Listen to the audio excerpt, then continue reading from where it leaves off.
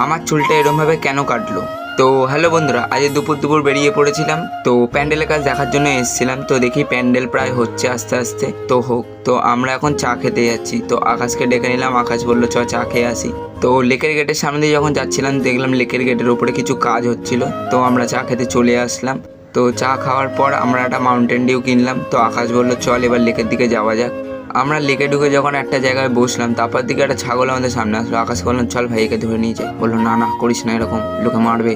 তারপর আমাদের বাড়ি ফেরার সময় হয়ে গেল। তো লেকের ধারে দেখি অনেকজন রিলস বানাচ্ছে, অনেকজন ফটো তুলছে। তো আস্তে আস্তে আমরা বাড়ির দিকে এগিয়ে আসলাম। যখন আমি রাস্তাতে হাঁটছিলাম মা ফোন করলো, বললো তোর জন্য জামা কিনে এনেছি। তো মা এই জামাটা কিনে এনেছিল, আমার খুব পছন্দ হয়েছিল জামাটা, কালো কালারের মধ্যে। তাই তো আবার ঘর থেকে বেরিয়ে গেলাম। ঘরে গেটের সামনে দেখি মিচেন শুয়েছিল। তো বেশি না ভেবে আমরা এখন চুল কাটার দোকানের দিকে এগাতে থাকলাম। দাদা বলছে কতদিন চুল কাটিস নি? আমি বললাম দাদা বেশি না 3 মাস।